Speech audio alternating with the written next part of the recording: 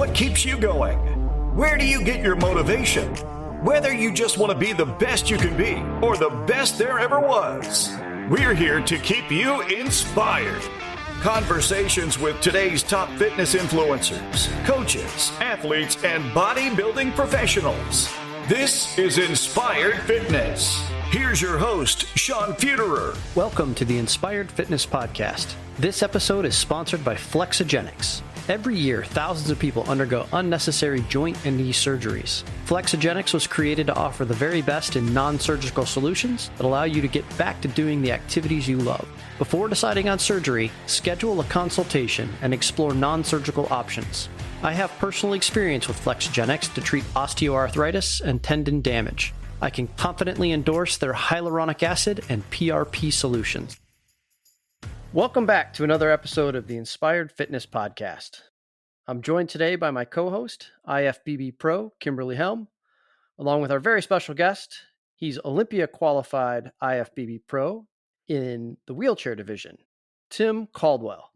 You can find Tim on Instagram using @Tim_Caldwell_IFBB_Pro. Tim, how you doing? Doing well. Thanks for joining us today. Yeah, good to be here. Thanks for inviting me. So you've had the misfortune of knowing Kim for quite some time, huh? Yes, unfortunately. Well, fortunately and unfortunately.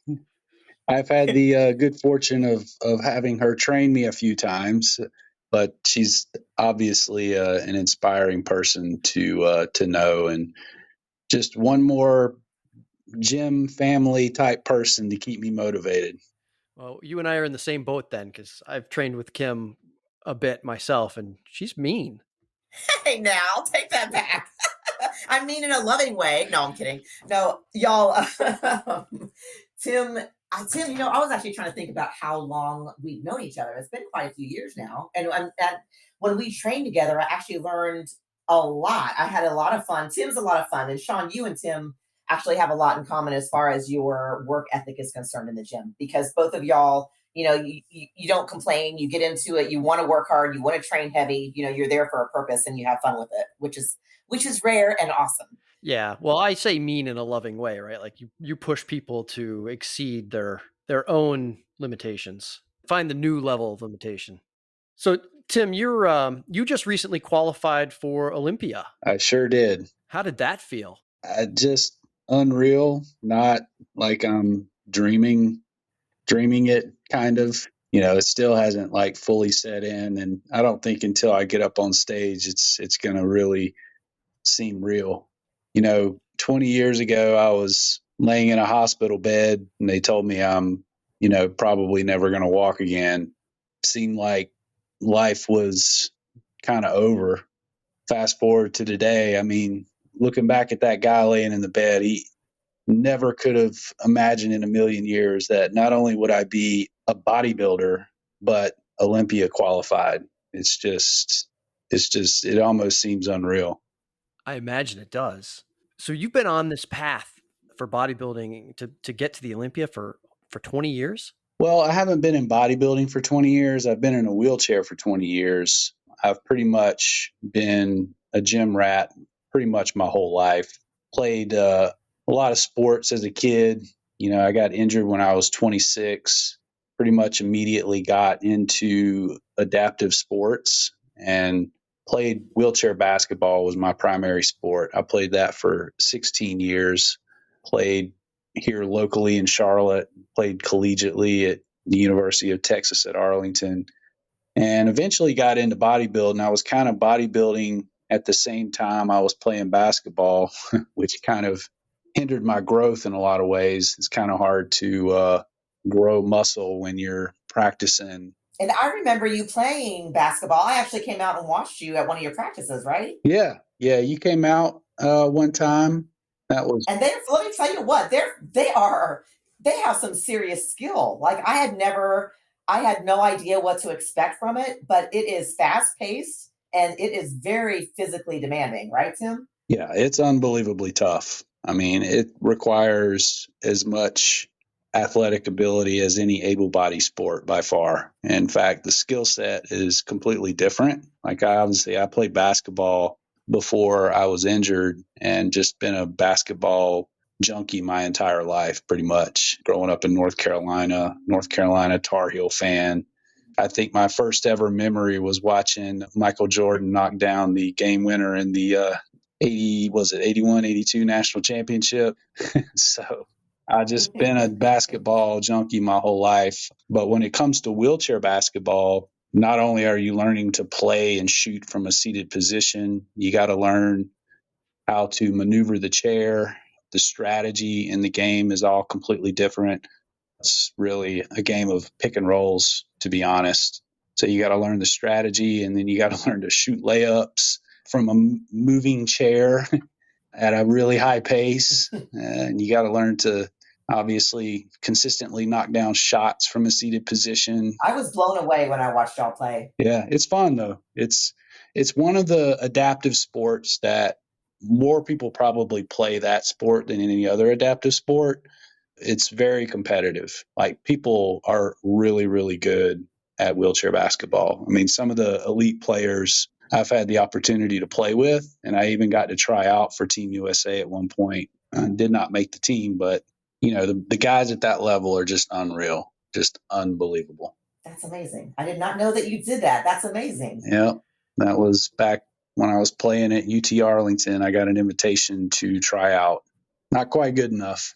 So you went more towards the bodybuilding world at that point, or just later on? Yeah. So, I was playing basketball at UT Arlington. So Arlington, Texas is where I was living. And my introduction to bodybuilding really came there because there just happens to be this little old gym in Arlington, Texas called Metroflex. So I don't know if you guys are familiar with that gym, but it's one of the meccas of bodybuilding. Yes. That is the home gym of Ronnie Coleman, Branch Warren, a lot of bodybuilders. So I basically heard about it. One of my teammates told me about it. I went in there and checked it out. I talked to the owner, Brian Dobson, who used to train Ronnie and Branch. And he hooked me up with a trainer. And I told him, I was wanting to get into bodybuilding possibly. I trained that summer there as if I was prepping for a competition.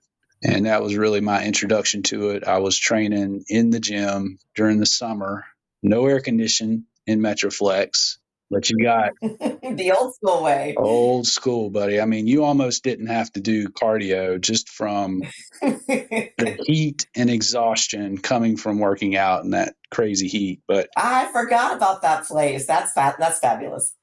Yeah. I kind of prefer that, right? When it's even the outdoor gyms where it's, you get a good sweat going.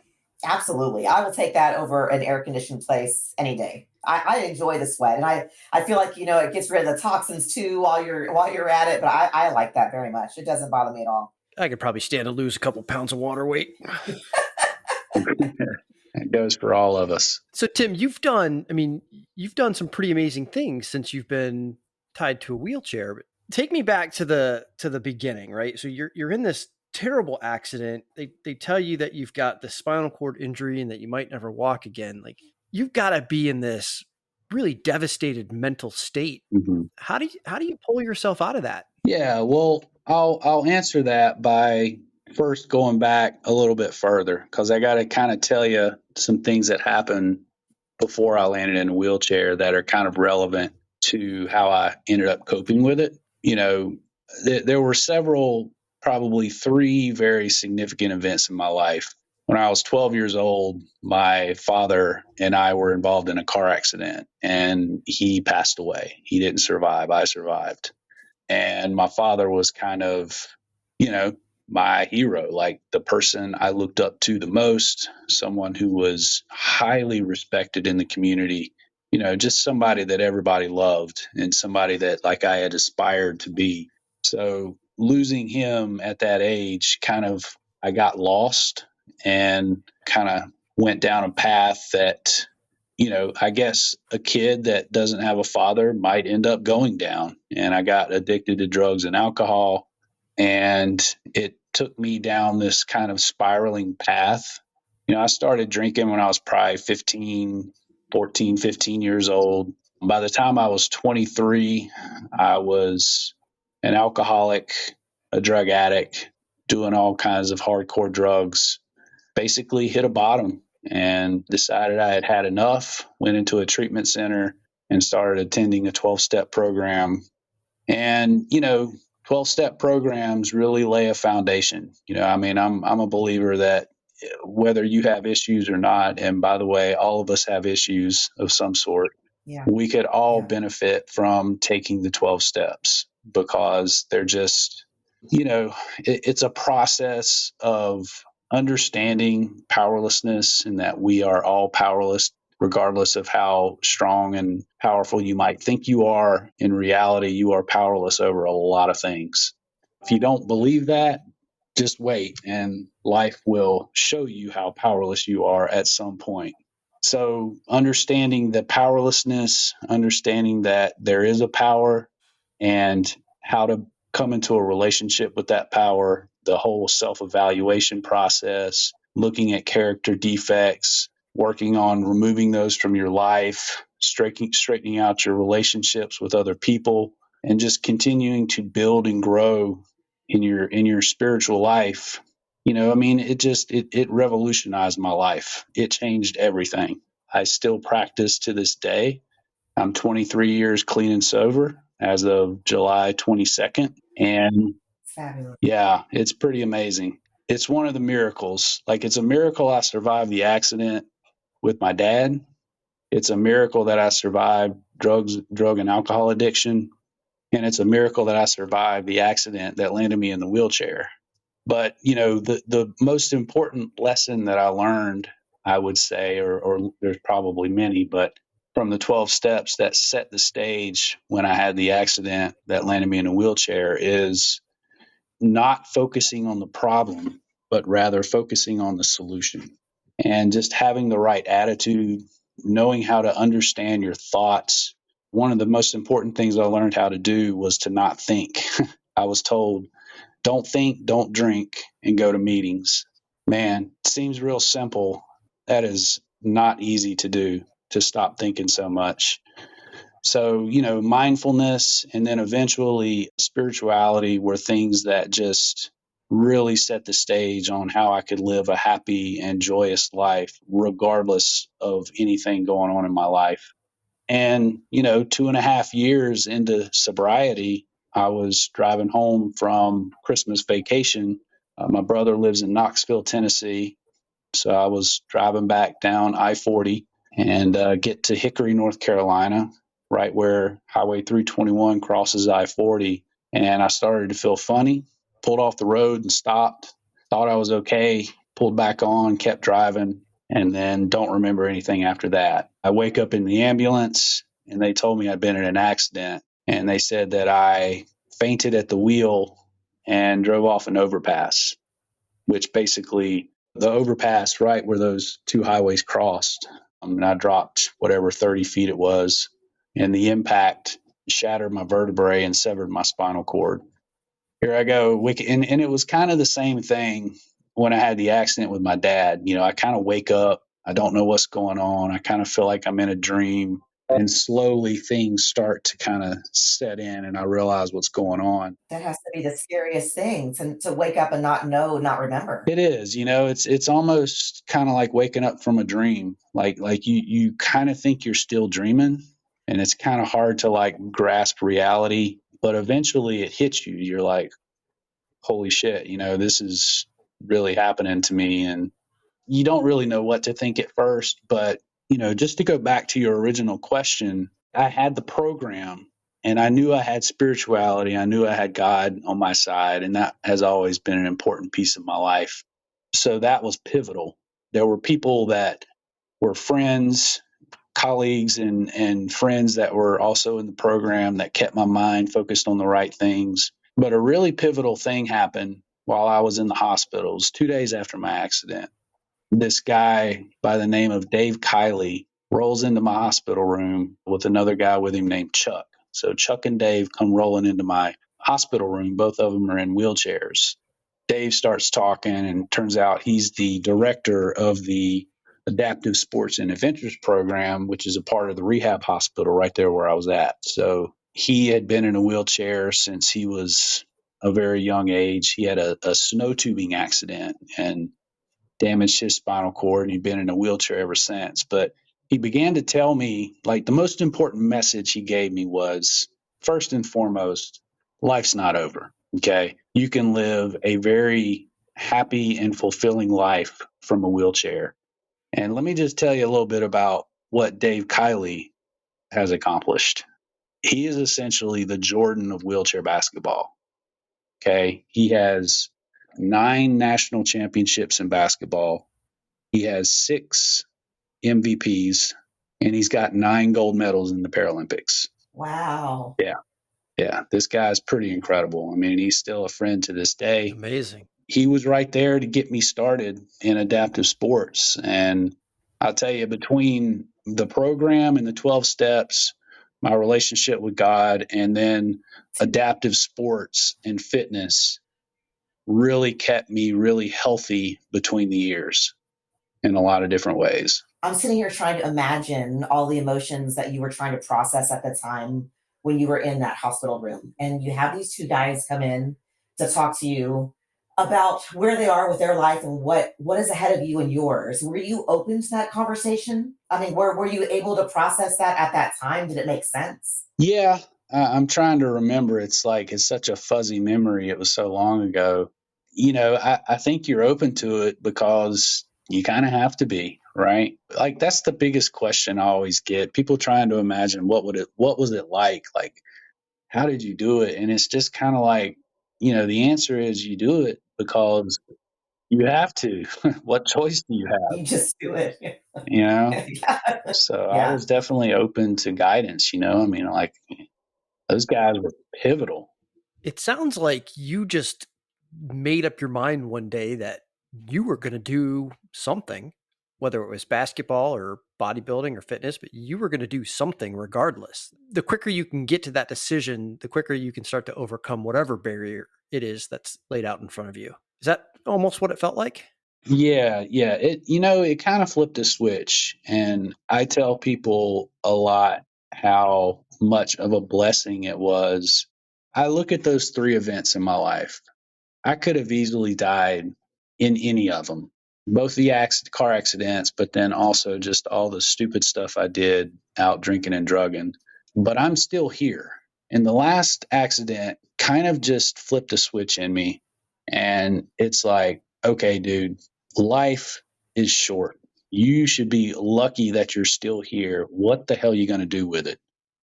And it really just lit a fire. And I was like, screw this. I am going to go all out and just live life to the fullest. I mean, I don't think many people really know what it feels like to want to live life to the fullest unless the shit has really hit the fan at some point to like fully understand what that means.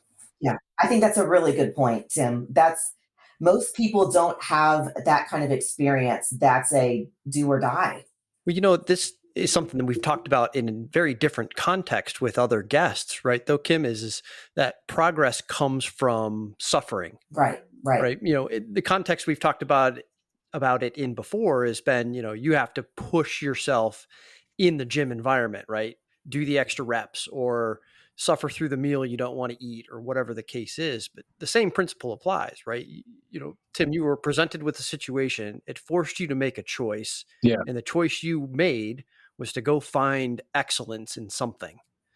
And it happened to be bodybuilding. Yeah. I mean, it kind of took away the option of, am I going to do this? Of course I'm going to do this. There's even no question anymore if I'm going to do this. So like Dave Kiley says, you want to play wheelchair basketball? Hell yeah. Matter of fact, the first thing he had me do is he put me in a hand cycle and we started training, and I did an event where we rode from Charlotte to Myrtle Beach, South Carolina, 180 miles in a hand cycle. Wow. Was that like an MS-150? No, it was called Cycle to the Sea. It was similar to that one. Okay. That's amazing. Yeah. I mean, you do that, you accomplish that. You're like, okay, what's next? Absolutely. And that's not, I can, so let me just say, I've done the MS 150, which sounds like it's kind of similar with the distance, except I did it from Houston to Austin Yeah. on a regular bicycle and I was dying. So I can't even, I have so much respect for where you threw yourself in and the willpower you had to get it done and the people who put themselves in your lives to get you there. That is just, those are the kind of people that you just can't say enough good things about those people. I mean, it was, to your point, it was pivotal that those two guys came into your room. Yeah. And, on that point, I come to expect it today. To me, those people are everywhere if you're paying attention. I don't know. I mean, look, I'm a believer in God. You can call it the universe, whatever. But what you need is right in front of you at all times. You just have to see it and recognize it. So it might be a person giving you a message. It might be a rainbow on your way to the gym, whatever, right? Like there's always exactly what you need is always provided. Or at least that's the way I look at life. Yeah, I think you're absolutely right. The difference between what you've done and people who haven't quite made it to the point where you're at yet is that choice to accept it, Mm-hmm. right? Accept the circumstance or the gift or the sign, whatever the case may be, and then do something positive with it. So the fact that you've taken your circumstances, and it sounds like there have been just, you've had more than your fair share of difficult things to deal with, but to take that and to turn it into something that has become a driving force, a motivation, a goal, and now to be right there at the cusp of having achieved it. That's incredible, Tim. Yeah, I'm still not able to wrap my head around it. I mean, it's kind of funny because it's hard to imagine that I'm going to the Olympia, but considering every other thing I've done, I guess it's not that surprising.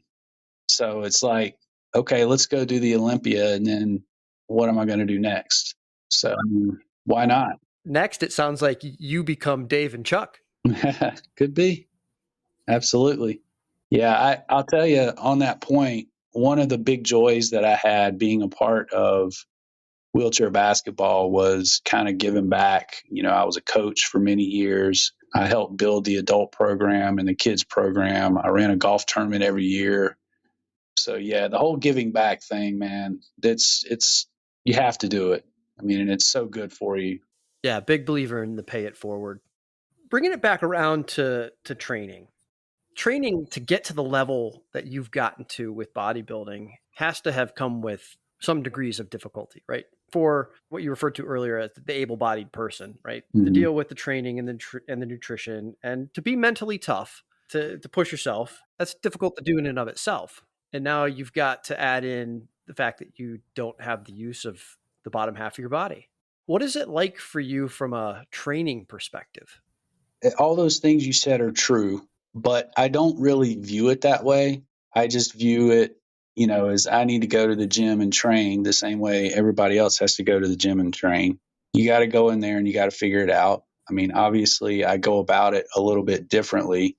My mindset to me is no different. And Kim can attest to like how long she's seen me in the gym going at it, Mm-hmm. and it helped that I started my bodybuilding career at Metroflex because, good Lord, if there is anybody or any place where they will teach you the level of intensity and training that's required, it's there, And then some of the other gyms like Elite Fitness where I train, there's people in there training like that.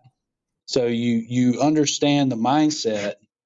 The getting it done part is it's just a little bit different, and it's no different than anything else I've had to learn how to do in life. Like after the accident, I had to learn how to put my clothes on in a wheelchair, I had to take a shower from a seated position, go into the bathroom.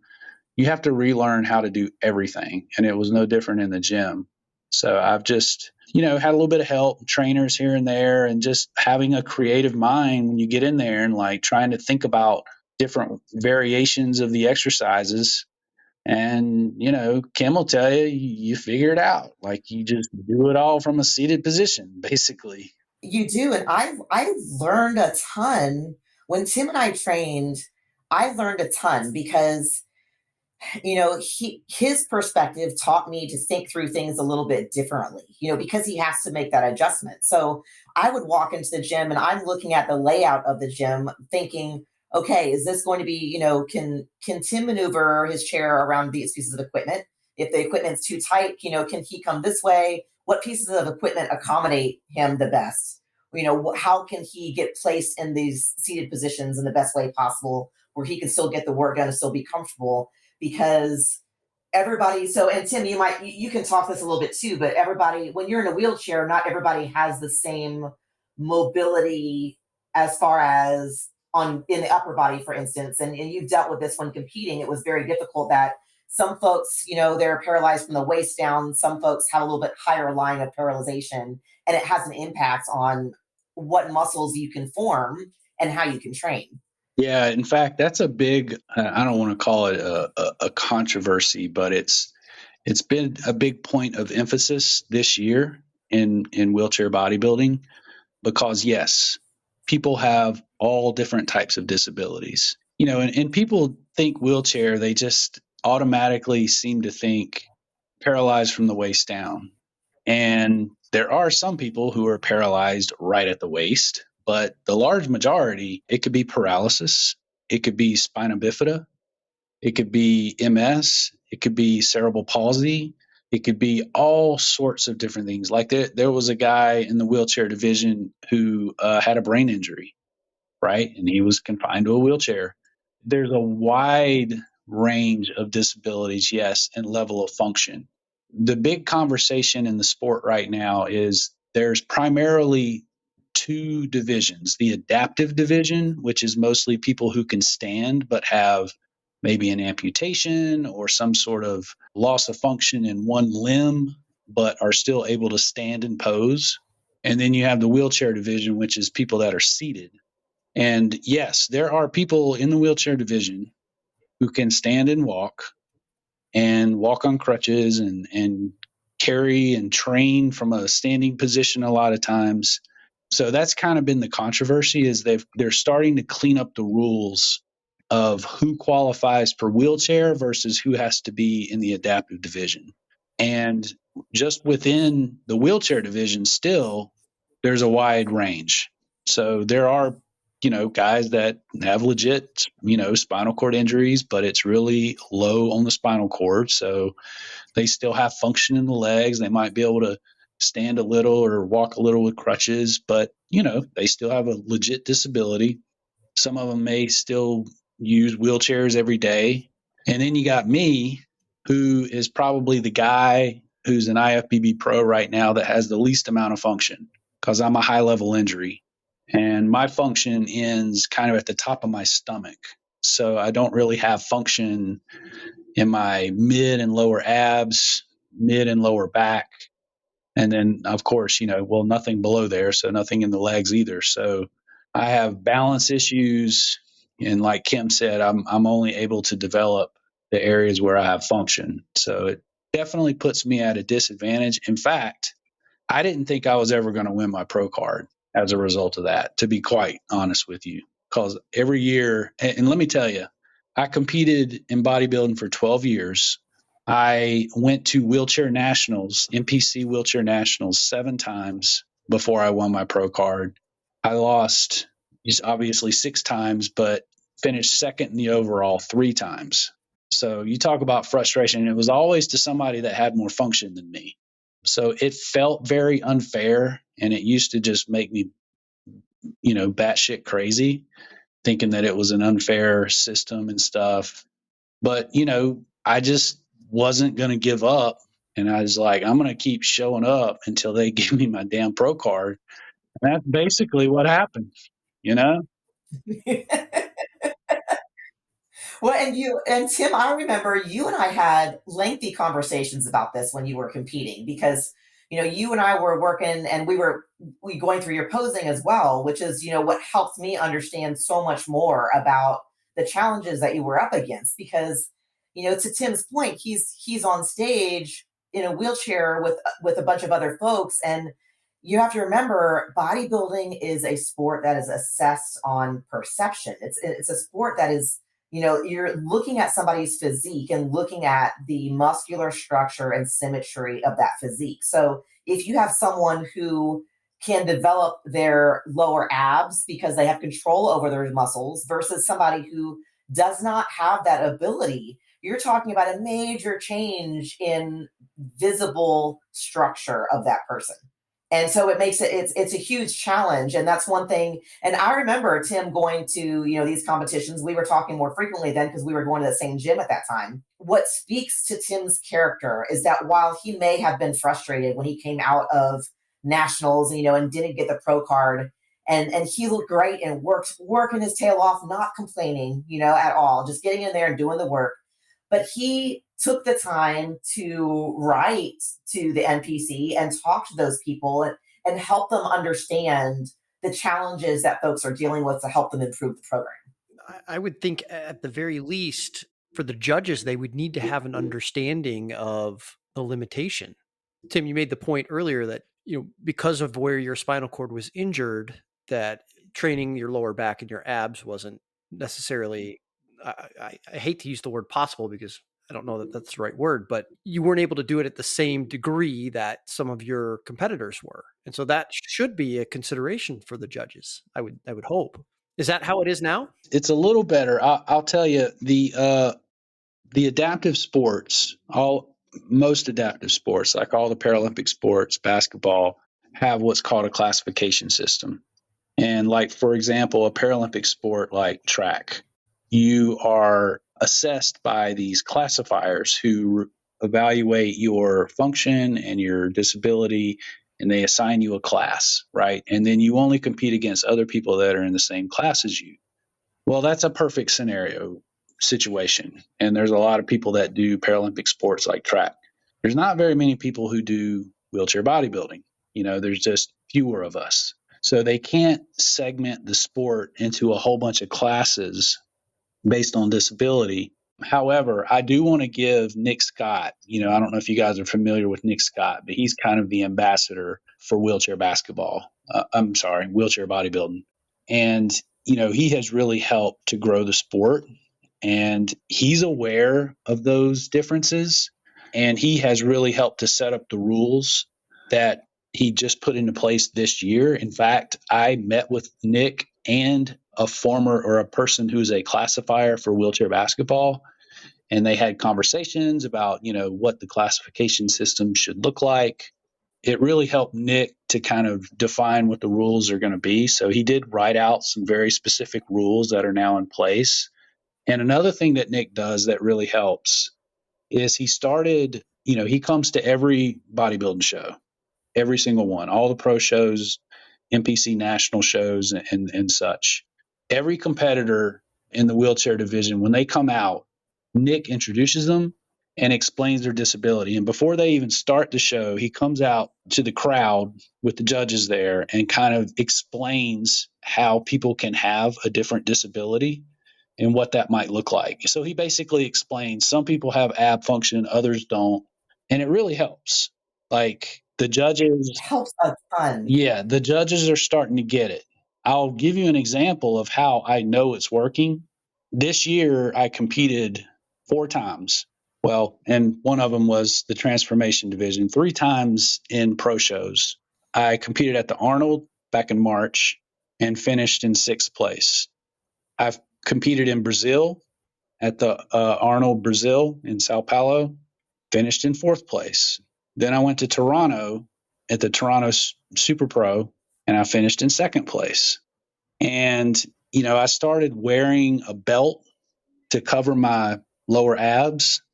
And I think the judges are really starting to see that, considering what I have a pretty damn good package, all things considered, right? Right. So, I give Nick Scott a lot of credit for that. I mean, he's brought the sport forward, and I think he's trying. There's only so much you can do because there's a really small number of competitors. So you have to write the rules that, doesn't completely segment the division out too much, because we can't do that. Right. I love hearing about this, and it really has come a long way, because I think, it's been years, that you and I have known each other, Tim, and it's been years that we've been seeing little progressions, little micro progressions. It certainly didn't happen overnight, and there's definitely more ways to improve it, but it has come a long way.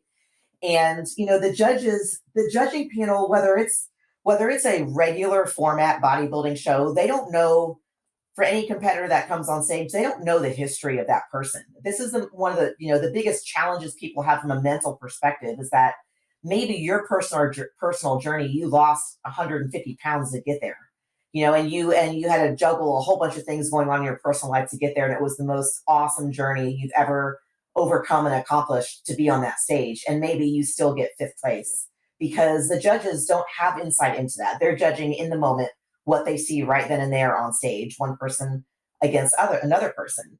For Tim, I remember when you and I were talking about posing, because we literally were looking at your wheelchair as far as, wheelchair design, like how it looks, and does it make sense for you to lean a little bit more forward? Does it make sense for you to, cover your abs? Because when it is visible, your eye goes to certain things, so if the judges don't understand the difference, it just makes it so much more difficult for them to give a fair assessment. So I'd really like to hear that, it's come such a long way in the sport. That's really encouraging.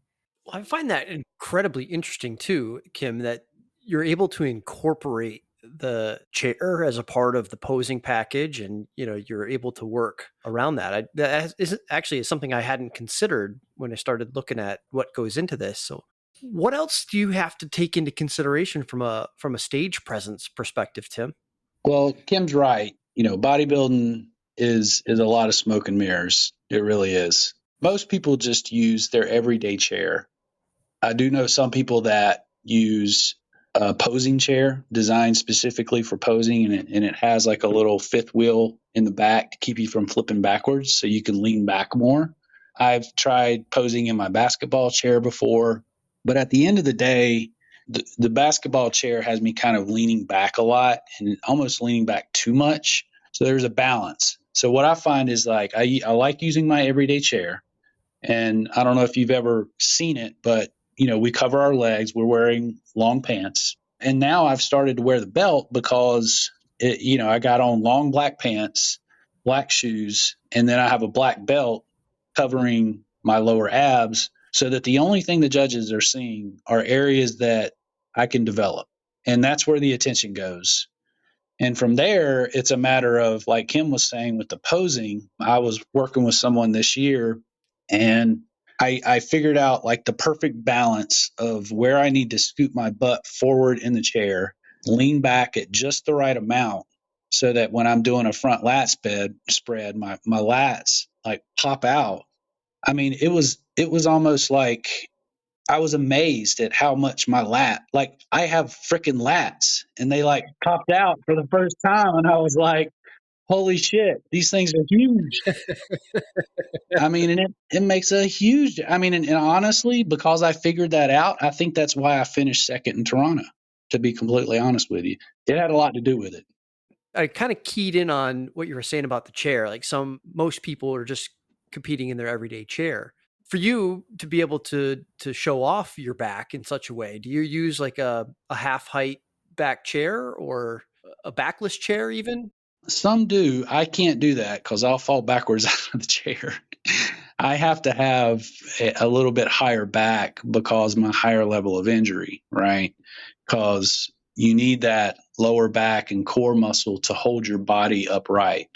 I don't have that function, so I have to lean back up against something. But that's what I want, because I want to cover my lower back where I don't have function anyways. So it's kind of up to right about where my level of injury is. I've been following Tim's journey, as he's been going to all of these pro shows, and you've really expanded your experience level with these pro shows. I would say, what was it been more like the last year or two that you've been more international with your pro shows? Yeah, really just this year, until I went pro, to be quite honest, I wouldn't have gone to Brazil if I didn't think I had to go to Brazil to accumulate points to qualify for the Olympia. And that was a decision after finishing sixth at the Arnold in Columbus, Ohio. You have to finish fifth or better to get points. So I was like one place out of receiving points. So I basically got no points from the Arnold, but the points I accumulated at the Brazil show and the Toronto show were enough to qualify me.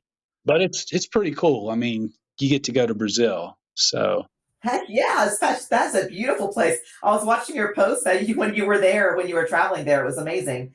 And it sounded like the crowd was really into it. Did the experience itself, was it very different in that competition and that atmosphere? it was absolutely insane. I mean, that caused I went back to back. I went to the Arnold in Columbus, Ohio, probably the biggest show of the year, I guess, aside from the Olympia, maybe the super show or whatever they call it, the Arnold Sports Festival. Massive. We had a massive crowd at the show in Columbus. Then I go to Brazil, and the crowd was even bigger, and they were even louder. And it's almost like, you go to the show down there, and they've got all the same thing as the Arnold in Columbus, but there's booths, there's supplement companies. They're all different down there. I didn't know any of them. They all have their own bodybuilders that they sponsor, and they're all Brazilian bodybuilders. I mean, it's almost like they have their own bodybuilding world down there in Brazil, and it is huge. It is massive. Sean, have you been to the Arnold before? No, I've never gone. You would probably love it just because of your passion for for working out and for people. I mean, so, and Tim, Felicia Lindsay. Yep. So we just interviewed her. What was it, a week or two ago, Sean? Yeah. And we were just talking about how you have to have a rabbit to chase, and you were talking about which is exactly what I was thinking of our chat with her when you were talking about the gym that you first started out at, when you were around a bunch of people who knew how to train hard and have the determination to get to the next level. Because in order to do and achieve things that haven't been done before or that are done very rarely, it helps to see that it's doable. It helps to see how people are getting it done, and it helps to know and have that discipline and motivation around you that, all right, even when you're not feeling like it, you're going to be there. You're going to get there. You have people around you. And from everything that I have heard about Brazil, and there's a lot of folks from Brazil in the bodybuilding world in general, like in Olympia, in all the categories, it's a very huge presence in bodybuilding sport. And they are vocal and loud, and it makes it fun. At least I thought it was fun. Did it make you nervous, or did you like it, Tim? To be honest, like there was a guy who came in as an amateur, and the way some of these shows work is they do an amateur show the day before. The winner has the option to compete with the pros, because if they win their pro card. They have the option to compete with the pros the next day in the pro show.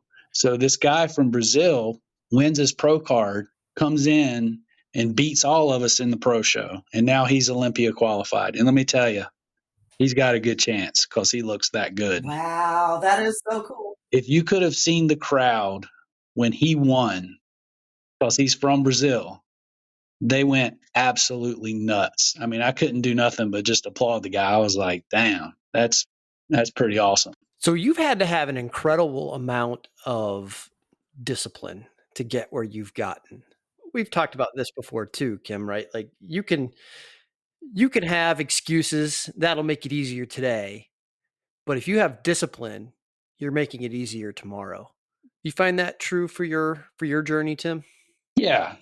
I'm a big believer in I would say consistency, and obviously you have to be disciplined to have consistency.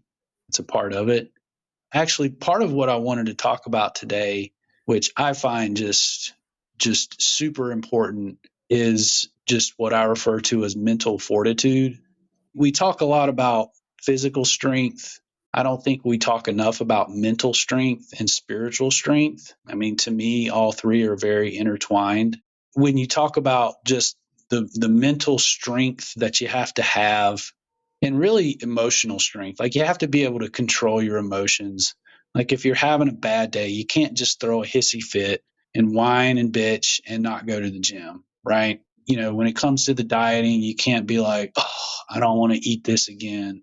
It's like what CT Fletcher says, and I don't know if I can say this or not, but he would say, man, shut the fuck up and eat that shit.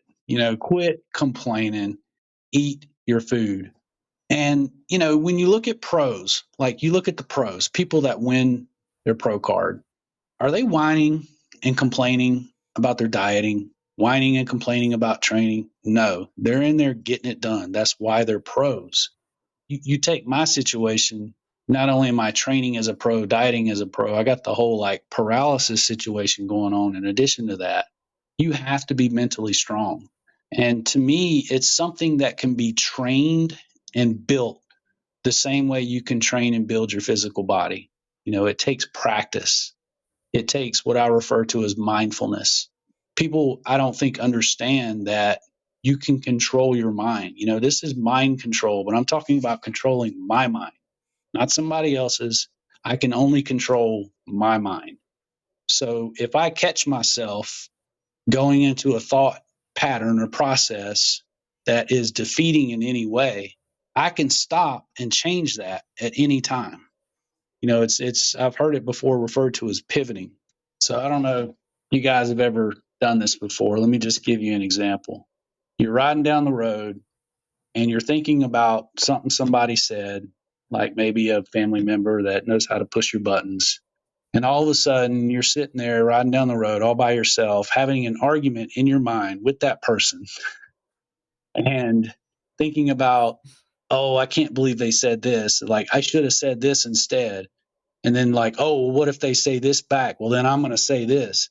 And then all of a sudden you're pissed off and you've made yourself pissed off and in a bad mood and in a bad place, all because you allowed your mind to go down that path.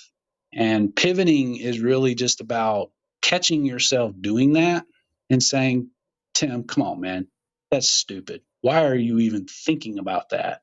And immediately thinking about something different that's going to put you in a better mood. And I know that's hard to do sometimes, to just shut off a thought process, but that's where maybe going to the gym, people want to go for a walk.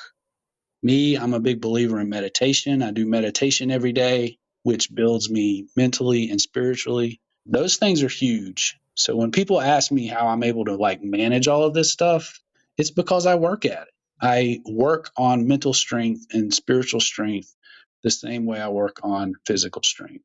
It's an incredible point to have made.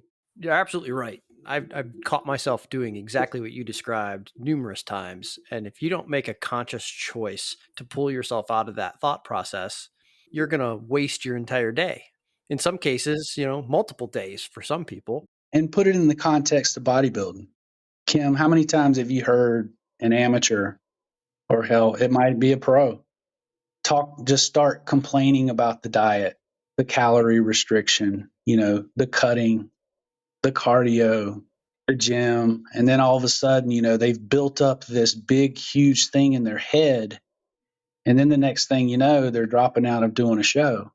And it's all just through their own mindset. Like it's just, and it's not just bodybuilding. Like this goes beyond just bodybuilding. It can change people's lives if they just learn how to control their thinking. It really makes a huge difference. Absolutely. It's the thought process itself.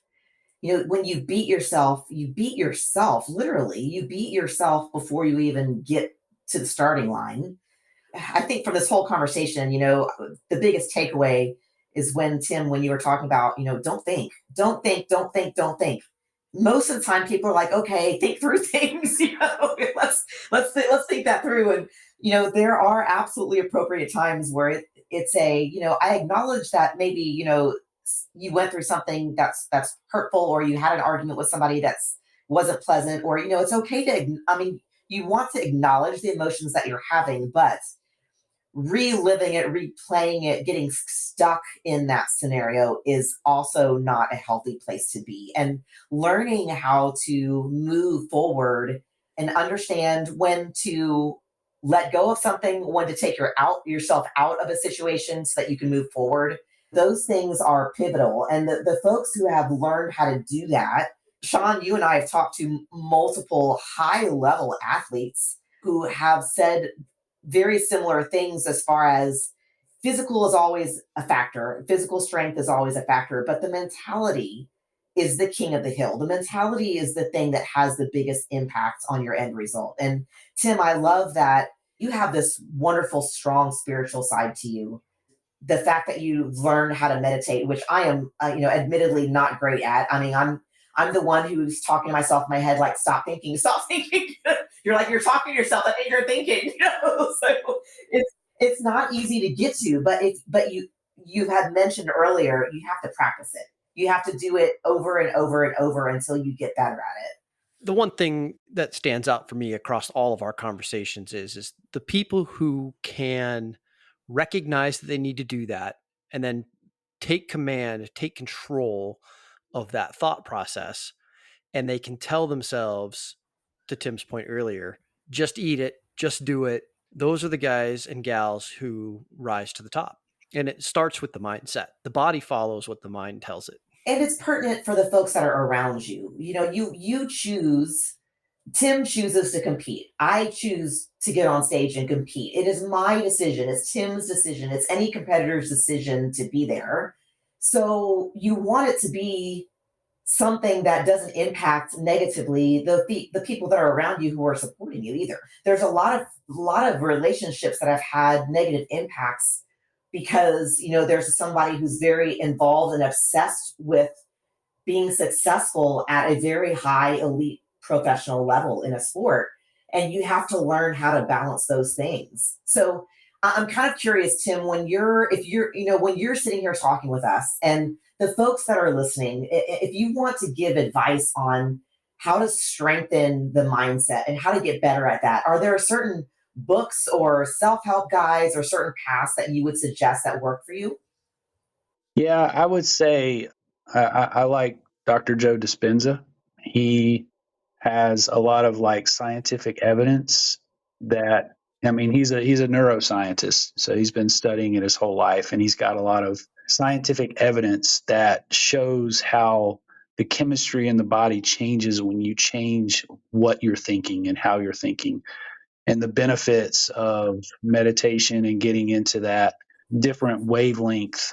I would go to Dr. Joe Dispenza. There's Abraham Hicks is a really good one. They're more about, how to manifest things, but it's so much about your mindset and how you think and changing how you think, but it's putting it into practice, right? Like whatever you go and you find as a resource, it's my choice what kind of thoughts I allow in my mind. If somebody is saying, God, this prep sucks. I mean, look, I am deep into prep, Olympia prep right now. And I just spent the last 2 days at work. My whole team and new boss is in town. My old boss just retired. We had a retirement party. I got all this stuff going on. And I still got to get up and do cardio. I got to get my food prepped and ready. And there's people who would say, God, the dieting sucks. God, I got to do cardio. Or you can say, damn it, I am going to fucking crush my cardio today. Dieting ain't shit to me. I'm going to knock that shit out like it ain't nothing. I'm going to go to the gym tonight after this podcast. I'm going to train back and I'm going to fucking crush it. That's the difference. Just that right there. I'm deciding to tell myself the latter. And it's a choice. Everybody out there listening, what choice are you going to make? That's what I would ask them. That's what it all boils down to. Life is nothing more than the choices we make. Absolutely. Tim, I still I literally am getting goosebumps just talking to you because it's life-changing. Everything that you're talking about is life-changing. And it makes me, but in my mind, I'm sitting here going, that's right. That's exactly the way it is. And I'm cheering for everything that you're saying because, you've experienced it. You've been through it. You know what it's like. You have that mindset, like, let's go, let's go, let's go. And, I'm practically like 1 foot out the door, like ready to go to the gym right now, just because I'm like, let's go. I'm a firm believer in that discipline route. And sometimes, look, Sean was just teasing me the other day because I'm not, I personally don't use a lot of swear words and stuff. And, there's sometimes where you have to talk to yourself, like whatever it works, like you have to say to yourself, get up and get going. And sometimes you have to be a little more firm with yourself. Like, you can't always be as nice and say, let's go. Like, you don't have an excuse right now. I don't feel like it is not going to work. I didn't get much sleep last night. You know what? Sorry. Being there and getting in there and getting the work done, you may not make a 10 out of 10 as far as the best workout on the planet, but you're reaffirming the consistency part, and you're still going to get something done. And chances are, once you get in there and start moving, you're going to make something happen. But Tim, I've known Kim for a number of years now. I don't know, 6, 7, 8 years. And it was maybe a day or two ago. It was the first time I ever heard her use a cuss word. And I immediately felt guilty about it. I don't think I've ever heard her. I've never heard her cuss. I don't know about all that, but I definitely do the self-talk where I'm it's sometimes you just have to be your own coach and tell yourself, like, get the heck out and go get it done. You have to do it. And it's once you do it and you have that effect and you get through it, you're like, all right, it may have been miserable. Like, I really didn't feel like doing that. But on the backside of it, on the flip side, once you finish it, it's like, heck yeah, let's go. Let's do it. Having people like Tim around, who's cheerleaders. And I've seen Tim have such an impact on other people. Tim, you've had a huge impact on me. I felt privileged when we were training. I learned a lot, and I felt privileged to be there, and seeing you compete even now. I mean, I was tearing up when I saw your Instagram say that you got your pro card. I mean, I was just long distance high-fiving you all the way because you have worked at it for so long. I am just beside myself with excitement for you. Yeah, I love my gym family, and Kim's just one of many. Every gym I've been to, I've developed gym family, right? And at every stage, there's some gyms I've been at longer. They've seen me going at it for as long as I have. Everybody's just so supportive in the gym, and it's such a healthy place. Now, I know there's certain aspects of it that might be unhealthy, but for the most part, I go to the gym to clear my mind and to remove all stress from that day. And that's what working out does for me. It's so mentally healthy as well as physically healthy. And the people there, for the most part, are great. I just developed great relationships at the gym. I've made a lot of friends at a lot of different gyms over the years too. And it's, that seems to be my people, right? Because frankly, that's where I like to spend my time. It sounds like it's very similar for you. Yeah. Well, I mean, we're in there battling, I mean, they're battling, I'm battling. There's certain gyms I go to, whether it's Metroflex, Elite Fitness, you can't go in there and not train hard because everybody else in there is training their ass off. It's so motivating. I felt a very similar thing with my teammates playing basketball. You're shedding blood, sweat, and tears together. So, I mean, there's a connection that's made just through that you're in there putting in that effort and putting everything into it. And there's somebody right there beside you doing it along with you. It's kind of a pretty cool thing. It absolutely is. Let's leave one final thought for folks. For the next person who is facing circumstances in life similar to yours, give them one last piece of advice. Just to go full circle all the way back to the things I mentioned that I've been through, those 3 pivotal moments in my life. Whoever it is, ask yourself, what are those pivotal moments in your life? Like, what are those moments that have made you value life? Think about those and think about why they make you value life. Just remember how important life is, because the reason I'm motivated and the reason I go out and I do everything that I do and I've accomplished everything I do is directly correlated to the fact that I've almost lost my life multiple times. And I put such a high value on life in every single moment that we have day in and day out. I don't take anything for granted.